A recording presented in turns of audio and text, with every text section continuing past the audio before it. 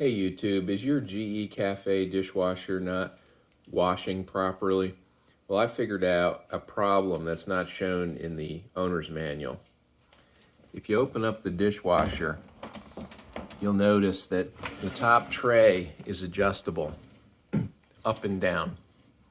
And if it's in the down position and you have a knife that's in the silverware tray like this, that knife will obstruct the motion of the upper spray arm.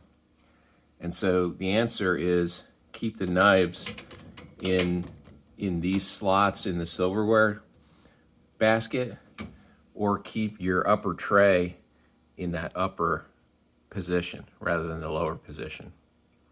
Have a good day.